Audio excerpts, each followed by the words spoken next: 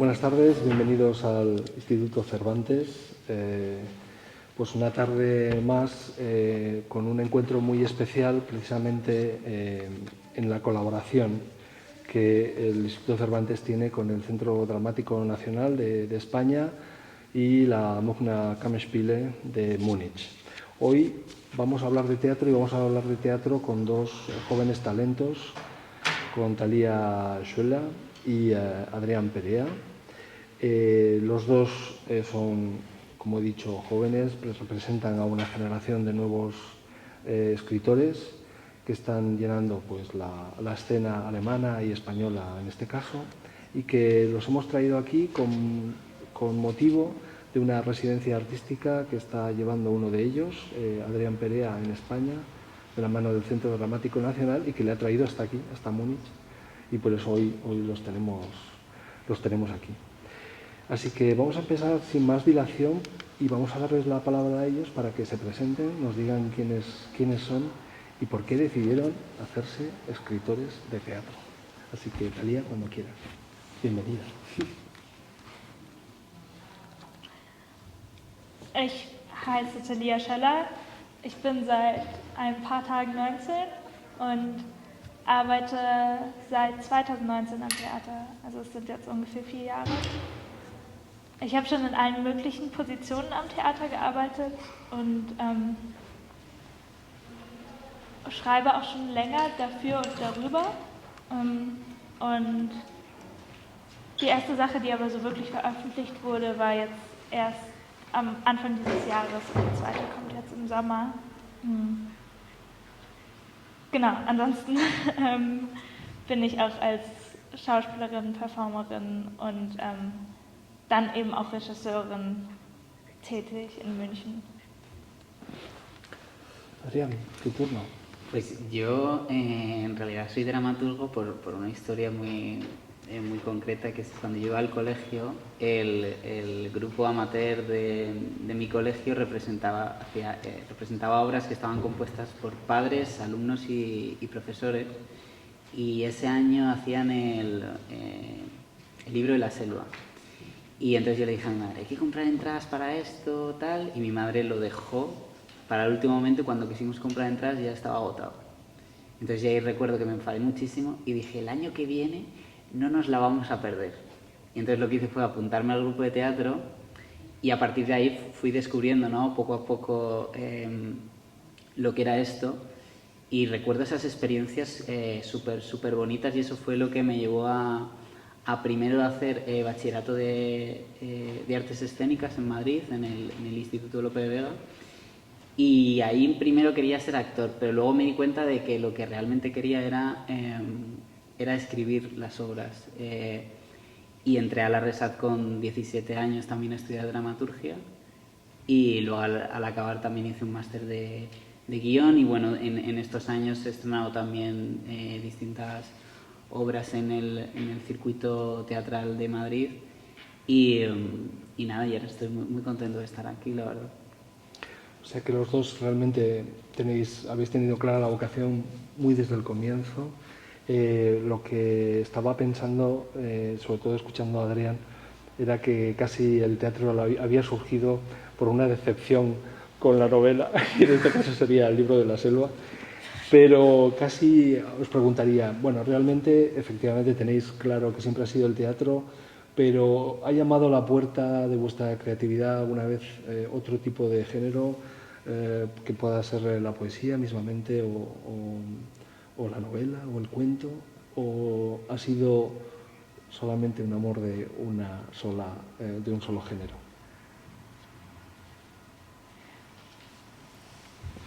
Ich habe tatsächlich gar nicht mit Drama angefangen, sondern mit Lyrik.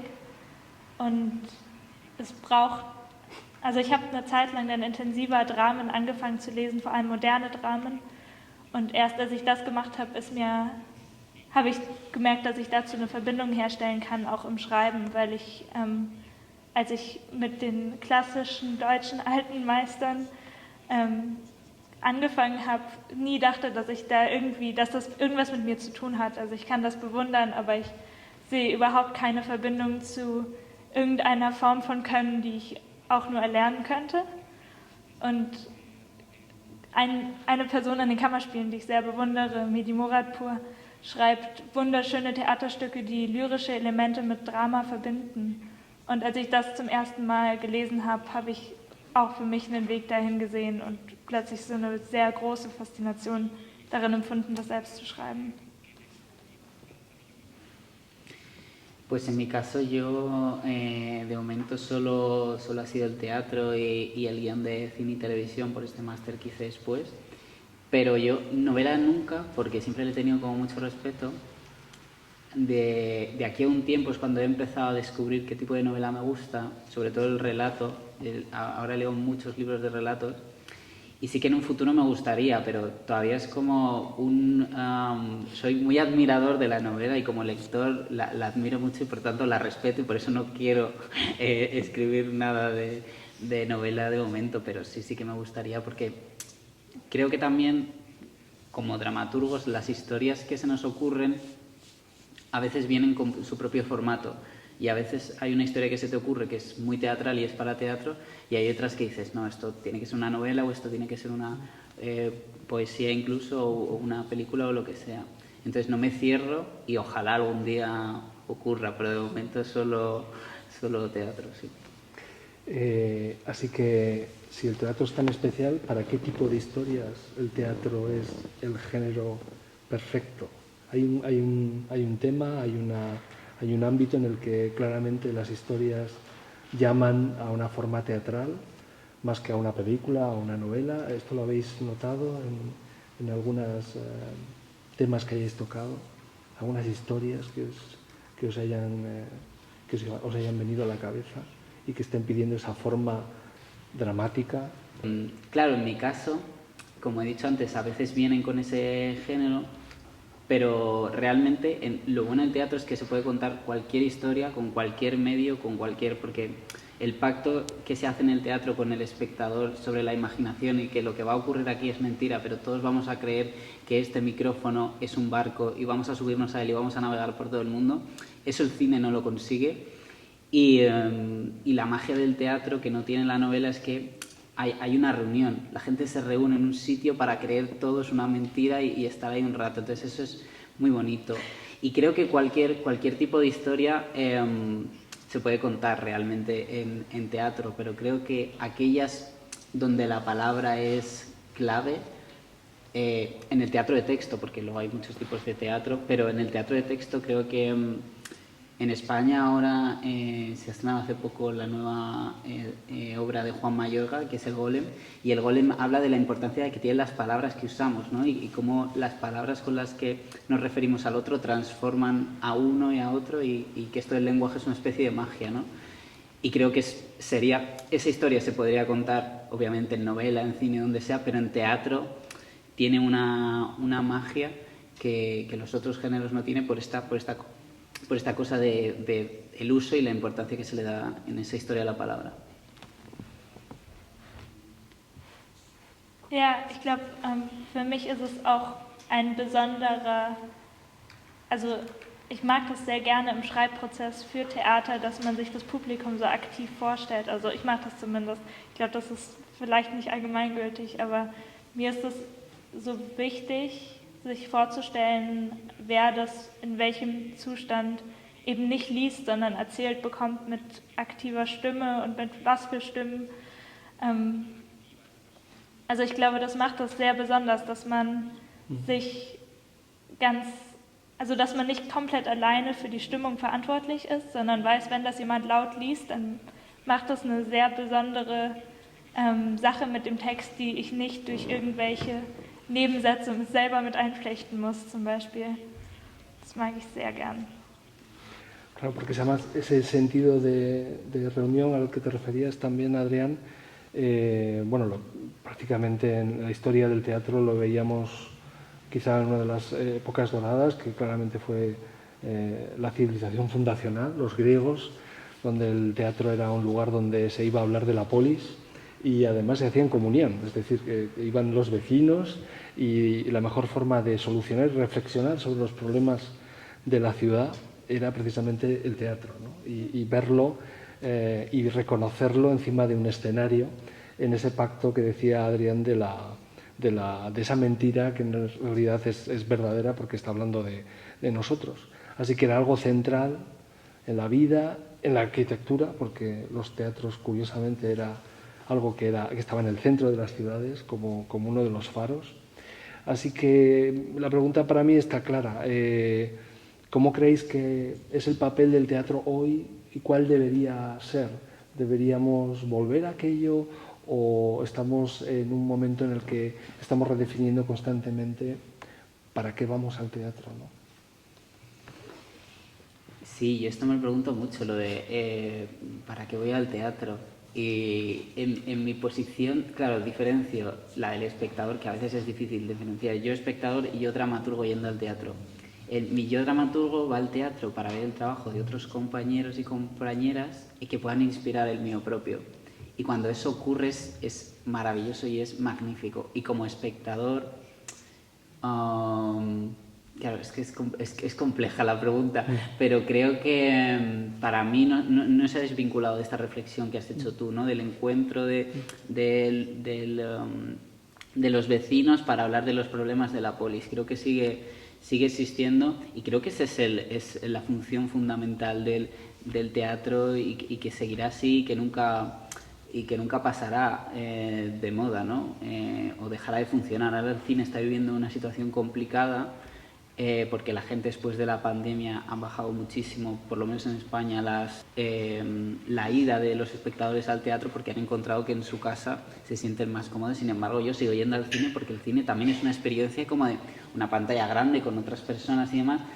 Pero es que el teatro, aunque quieras, no lo puedes ver en casa, ¿no?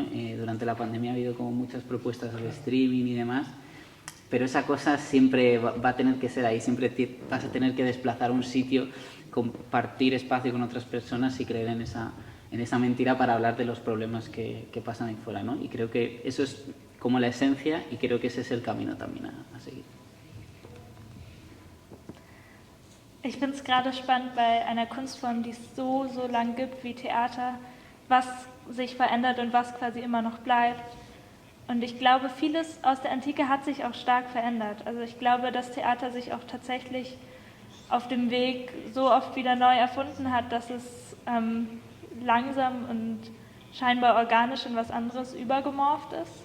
Aber es ist eben trotzdem wahnsinnig alt, was es so unterscheidet von Filmen oder auch von noch neueren, noch demokratischeren Prozessen von Arbeiten, wie zum Beispiel, also ich beschäftige mich auch viel mit zum Beispiel YouTube und der Form von Content, die da entsteht und wie das quasi mit Kunst zusammenhängt und wie das auch mit Alter zusammenhängt. Also das finde ich super spannend.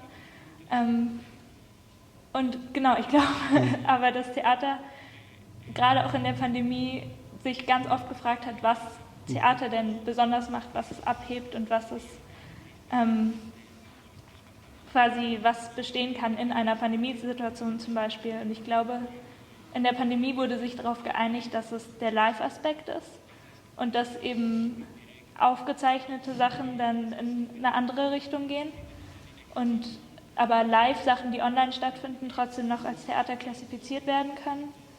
Und ich glaube, nach der Pandemie war zumindest in meinem Umfeld und meinem Arbeitsalltag so dieser Körperlichkeitsaspekt nochmal auf eine ganz andere Weise wichtig und wurde extrem thematisiert. Und ich glaube, der geht nicht weg und der wird auch immer wertvoller, je mehr Sachen man in seinem eigenen Bett konsumiert oder in dunklen Kinosälen auf einer 2D-Leinwand. Ich glaube, da wird dieses Dreidimensionale und Immersive immer und immer mehr wertgeschätzt eigentlich jetzt in den nächsten Jahren. ¿Qué temas os interesan como dramaturgos? Ya sé que estáis al comienzo de vuestra carrera como escritores de teatro, pero ¿habéis identificado ya el tema que va a gobernar un poco vuestro camino, al menos en estos inicios, o todavía estáis tanteando los posibles temas, ¿no? También podéis contarnos sobre los temas que habéis escrito y...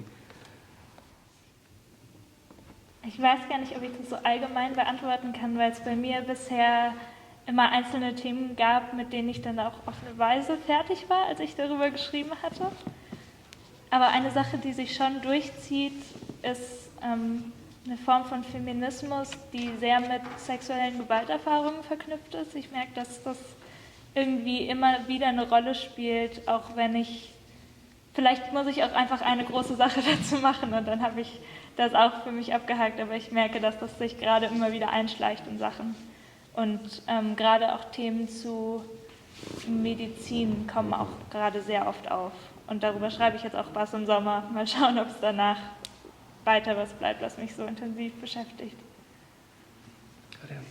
Pues en mi caso los últimos temas que he escrito siempre han ido enfocados hacia una visión para el público joven, o sea, para el público de mi generación. Mis últimos 3 textos se han estrenado con la compañía Mudanzas López, que es una compañía de mi amigo Álvaro Nogales, que es director, que está formada también por menores de 30, que nos conocimos en la Resad y demás, y los trabajos que hacemos son enfocados a eso. El último trabajo que hemos hecho ha sido Los chicos de Baker Miller, que habla de la masculinidad y de la nueva masculinidad vista también desde los ojos de nuestra generación, pero los anteriores han sido sobre el trabajo y el futuro, también en vista de los jóvenes. Y el nuevo proyecto que estamos creando ahora se llama Las Juventudes y quiere hablar sobre el auge de la extrema derecha en los jóvenes y cómo eso nos preocupa y nos alerta del futuro que tenemos, ¿no? Y qué está pasando ahí para que este movimiento vaya sumando tantos adeptos jóvenes. Siempre tenemos como esa vía. Y de momento, hasta que seamos jóvenes, y por lo que creo y espero nos queda tiempo, queremos llevar a eso también para intentar atraer a un público de nuestra generación y para, bueno, hablar de las cosas que realmente a nosotros nos conmueven y nos interesa contar. ¿Dirías que ese tema, y le paso luego la palabra a Thalía, o esos temas, has podido ver alguna obra en el teatro de hoy que estén con eso, o realmente ves que hay una necesidad de que esos temas estén sobre el escenario? Claro, hay una necesidad porque, sobre todo, esos temas los puede tratar cualquier dramaturgo o dramaturga, pero creo que la necesidad de que esos temas sean enfocados y dirigidos hacia un público joven sí es necesario y creo que nuestra generación es quien tiene las herramientas y el poder para hacerlo, ¿no? Hay gente adulta que se dedica a hacer teatro juvenil súper bien y muy correcto y muy tal, pero es verdad que nuestro objetivo es que la gente joven que venga al teatro a vernos se lo pase bien, piense, reflexione, pero sobre todo que regrese, ¿no? Crear ese público que en España todavía no es algo, o sea, mis amigos que no tienen nada que ver con este mundo, ir al teatro no es una de sus cosas, o sea, no es una de sus aficiones, como ir, por ejemplo, al teatro, o sea, al cine no está tan normalizado ese hecho, ¿no? Van a ver mis obras y poco a poco yo les voy introduciendo como, tenéis que ver esto, ¿no? Pero bueno, eso es un poco nuestra motivación, digamos. ¿Cuál es tu experiencia, Thalía? ¿Efectivamente ves tus temas en el teatro hoy o los echas de menos? Ich glaube, vielleicht geht es weniger um Themen als um Erzählweisen. Ich bin mir unsicher. Es hat, glaube ich, auch sehr viel mit Spielstätten zu tun. Und in München haben die Spielstätten auch sehr klar ihr eigenes Publikum. Und man sieht schon an den Menschen um einen rum, ob man quasi reinpasst und für welches Publikum auch erzählt wird. Ich glaube, das spielt hier wirklich eine sehr große Rolle in dieser Stadt. Und es kommt wirklich sehr auf die Stücke an und ich habe oft das Gefühl, sehr gut aufgehoben zu sein mit den Theatern der Stadt, aber es gab vor kurzem, ich spreche so oft über diese Inszenierung, es gab vor kurzem in den Kammerspielen eine Inszenierung von einem sehr jungen Videokünstler, der ist 26 gerade, und das war von der Erzählweise und auch von der Themensetzung so anders und so viel näher an was dran, was ich mit meiner jungen Vergangenheit oder auch aktuellen Lebensrealität auf so eine ganz, ganz direkte Weise verknüpfe. Und ich wusste nicht, dass ich das vermisse, bis ich es gesehen habe. und jetzt höre ich nicht auf, darüber zu sprechen. Also ich glaube, es braucht wirklich viele junge Perspektiven, um mehr von diesem Gefühl zu kriegen und nicht nur das Gefühl, dass man versteht und einen interessiert, worüber geredet wird, sondern das Gefühl, dass es einen betrifft. Vamos a hablar ahora de alguna cuestión más técnica, quizá pues una pregunta casi obligada con un dramaturgo es ¿cuál es vuestra relación cuando escribís con la cuarta pared? ¿La utilizáis, la transgredís de algún modo? ¿Cómo lo veis? En mi caso depende mucho del proyecto. Creo que ahora lo rompedor, al menos en España, es hacer una obra de teatro convencional, ¿no? Como que no rompa la cuarta pared, que tenga sus 3 actos, ¿no? Porque sí que es verdad que ahora, digamos, ¿no? Eso está como súper a la orden del día. Romper la cuarta pared nunca ha existido y cada vez más existe menos, ¿no? Y la relación con el público cada vez es más directa. Pero bueno, depende. Yo en mis últimos textos la cuarta pared ha sido destruida, pero totalmente, ¿no? Y los personajes hablan directamente al público y se genera todo tipo de relaciones, incluso interacciones con él. Creo que ahora ese es el tipo de teatro. Venimos de muchísimos años donde el teatro era la historia aquí y el espectador aquí, y ahora incluso creo que queremos acercarnos un poco más al patio de butacas de esa forma. Das Gefühl habe ich auch. Also ich habe gerade was geschrieben, wo es darum ging, dass das Publikum gar nicht interagieren kann. Das war online so eine Chat-Performance und da war es ganz wichtig, diese 4. Wand aktiv und richtig stählern aufrechtzuerhalten. Aber das ist eigentlich überhaupt nicht, was ich mache. Und das war eher nochmal eine neue Erfahrung, weil ich in der Regel das auch in mir gar nicht mehr als Regelbruch sehe, die 4. Wand zu durchbrechen, sondern eher als, zumindest im Dokumentartheater, was eine Richtung ist, in die ich gerade viel gehe, was auch wirklich gang und gäbe ist. Además es que precisamente esa ruptura que quizá va buscando todavía más autenticidad, si es que cabría pensar en una cierta crisis de la autenticidad, ¿no? para lo que ocurre encima de un escenario, pero es precisamente buscando esa interacción con el público, pero a la vez incluso el teatro lo que se ha visto últimamente es que los textos cada vez son más fragmentarios, donde la unidad cada vez más difícil, ¿no?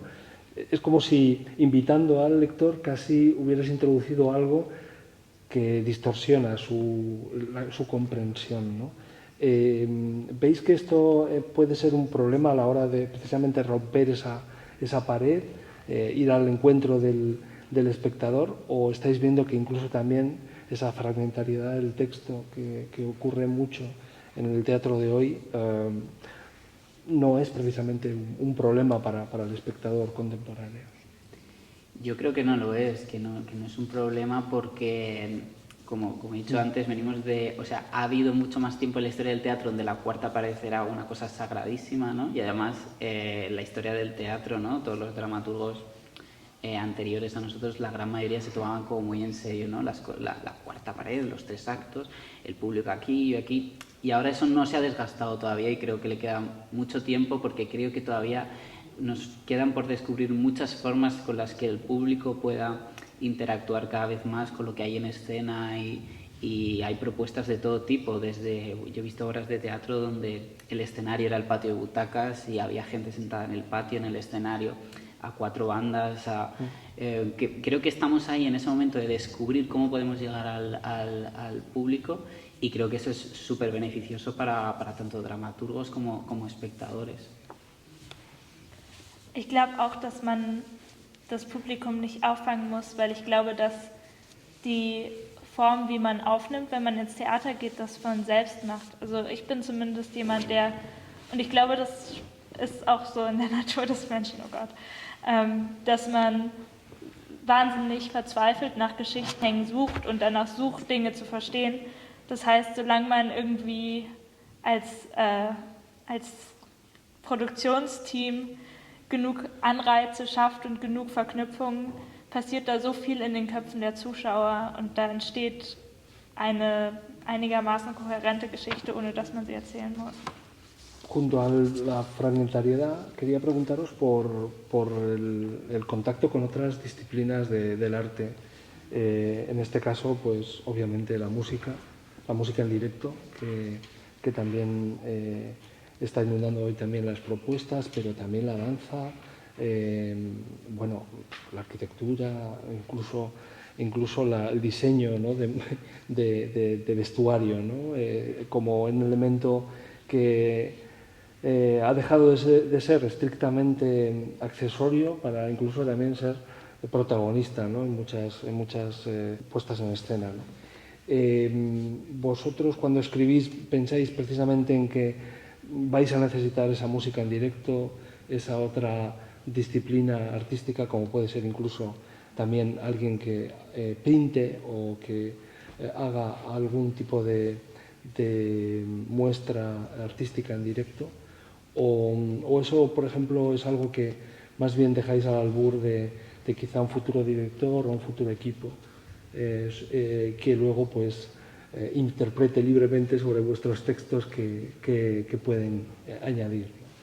Ich finde es angenehm, weil ich mir selber die Freiheit gebe, das zu wechseln, je nachdem, wie viel Lust ich habe, mir darüber Gedanken zu machen oder ob ich es muss, weil ich zum Beispiel selber dann auch im künstlerischen Produktionsteam bin und ich mir früher oder später Gedanken darüber machen muss, wie es aufgeführt wird.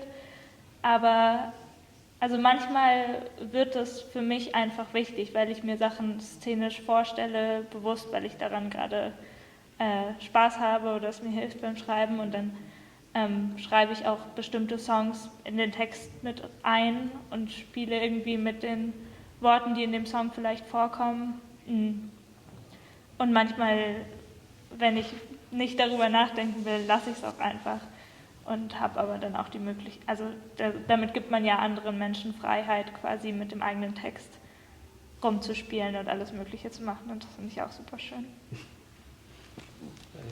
Sí, yo creo que depende también de para quién escribas, ¿no? Es muy diferente si estás escribiendo para dirigirlo tú que para dárselo a otro, o la propia también concepción del proyecto, ¿no? Este último proyecto que hemos estrenado, el de los chicos de Baker Miller, lo hemos interpretado también nosotros porque era una cosa como, bueno, queríamos acercarnos a un teatro muy documental, también en ese sentido de nosotros mismos, escribiendo, dirigiendo y hablando de nuestra masculinidad en escena, y eso nos permitía algo muy, muy bonito y para mí muy excitante que tiene el teatro, que es sentarte a escribir y decir, joder, ¿cómo molaría hacer esto, no? O sea, ¿cómo molaría de pronto hacer una canción? Y lo escribimos y hacemos la canción, ¿no? O ¿cómo molaría de pronto hacer una pieza de danza? Que hay, o sea, en esta última estructura hemos hecho una estructura donde hay una trama y luego dentro de la trama se van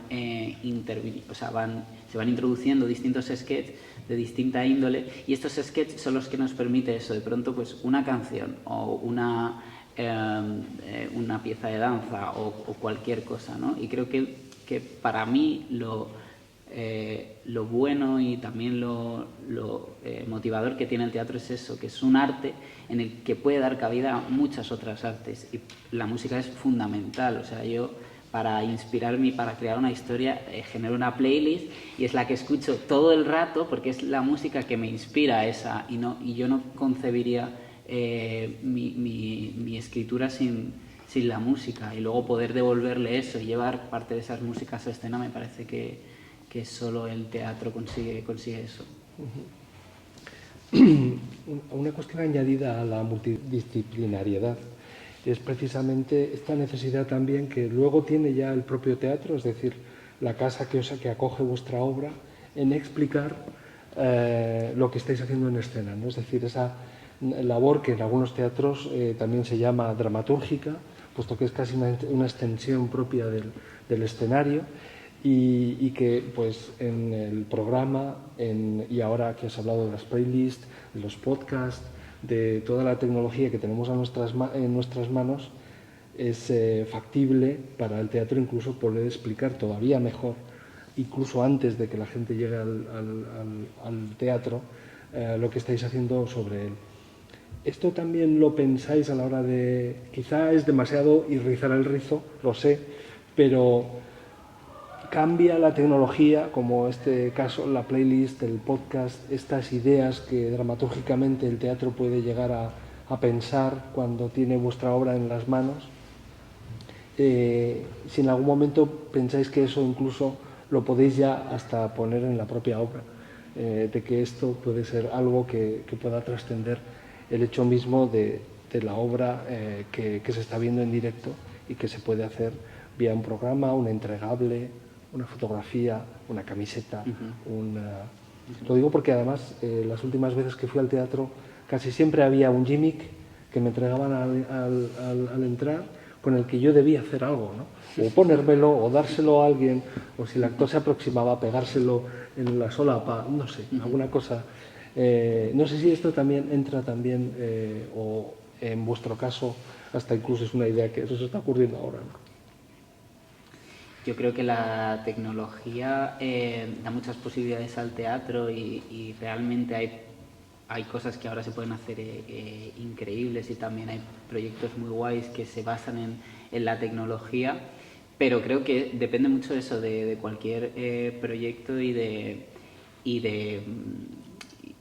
lo que tú quieras contar, ¿no? Pero sí que es verdad que está esta posibilidad de esto que decía yo antes, ¿no? Qué guay si hacemos esto, porque eso a ti te va a suponer un reto como dramaturgo, como dramaturga, y al espectador también se lo va a suponer como espectador, porque como tú decías, ¿no? Que a la entrada ya te entreguen algo que vas a tener que dar o entregar en algún momento de la función, ya como espectador te pone en otro lugar. Para mí el espectador en un teatro, cuanto menos cómodo esté, mejor, porque has ido allí a comprometerte de alguna forma, ¿no? Y creo que eso también es un signo del teatro de nuestro tiempo. Es lo que hemos dicho, la cercanía al espectador, pero también el no tener al espectador tan cómodo. Cada vez hay que hacerle más partícipe, ya sea intelectual o físicamente, de lo que estamos queriendo contar, ¿no? Ich stimme dir schon wieder zu. Ja, ja, ja. Ich glaube, es hat schon auch einen Wert, das Publikum in Ruhe zu lassen, aber ich mache das auch eigentlich nie. Aber so prinzipiell, wenn ich im Theater bin selbst, das ist schon auch wirklich eine besondere Situation, die das Theater schafft, dass man an einem öffentlichen Ort ist mit ganz vielen Menschen und scheinbar unkörperlich und scheinbar unsichtbar und sich überhaupt keine Gedanken um sich selbst machen muss. Und ich glaube, also in meiner näheren Zukunft nach dem super 1:1 extrem körperlichen Stück, das ich jetzt im Sommer vorhabe, gucke ich, dass ich mich vielleicht damit nochmal beschäftige und mit dieser Unsichtbarkeit und ob man daraus vielleicht was macht. Ich weiß nicht, wie nah das an der Frage dran war, weil ich immer die Übersetzung so langsam kriege, aber das fand ich auf jeden Fall einen sehr spannenden Aspekt von dem, was du gesagt hast. Pues bueno, poco a poco va transcurriendo el tiempo y vamos a ir acabando, pero no quería despediros y agradeceros vuestra disponibilidad para poder tener este encuentro sin preguntaros en qué estáis. ¿Estáis escribiendo ya algo o estáis con alguna idea en la cabeza? Contadnos. Ahora que no nos oye nadie, nos lo podéis contar. Ja, also das habe ich ja gerade so ein bisschen gesagt. Ich schreibe im August, beziehungsweise ich schreibe das davor schon und im August geht es dann in den Prozess, das irgendwie zu inszenieren.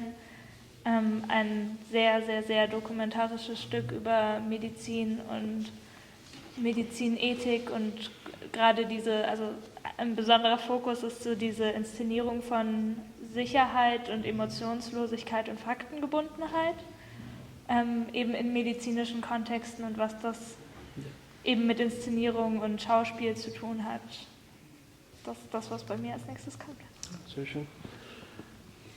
Pues en mi caso yo ahora estoy desarrollando en las residencias del Centro Dramático Nacional un texto que habla sobre catástrofes climáticas y de nuevo siempre enfocadas hacia el público joven. Y la obra tiene una estructura en la que son diferentes escenas en diferentes lugares del mundo donde diferentes jóvenes se enfrentan no tanto a catástrofes climáticas, sino están en un sitio con unos objetivos del día a día y lo que me interesa de la obra es ver cómo esos objetivos del día a día, como decirle a tu mejor amiga que estás enamorada de ella, pero afuera hay una inundación y entonces cómo lo grande, ¿no? La catástrofe afecta a lo pequeño, ¿no? Intentando hablar un poco del futuro también que nos depara a nosotros, a los jóvenes, con todo esto del cambio climático, que es muy impactante, porque si realmente se producen estos cambios, nuestro modo de vida también va a cambiar, vamos a cambiar con este nuevo mundo, ¿no? Y nada, es un texto que estoy desarrollando también y escribiendo estos días en Múnich y que saldrá publicado por el Centro Dramático Nacional a finales de año. Qué bien. Pues espero pronto ir al teatro y encontrar un texto vuestro en el escenario, esto que me estáis contando. Y bueno, ya agradeceros desde luego muchísimo vuestra participación por venir aquí al Cervantes, a este encuentro para hablar de teatro. Y os deseo el mejor de los éxitos a los dos.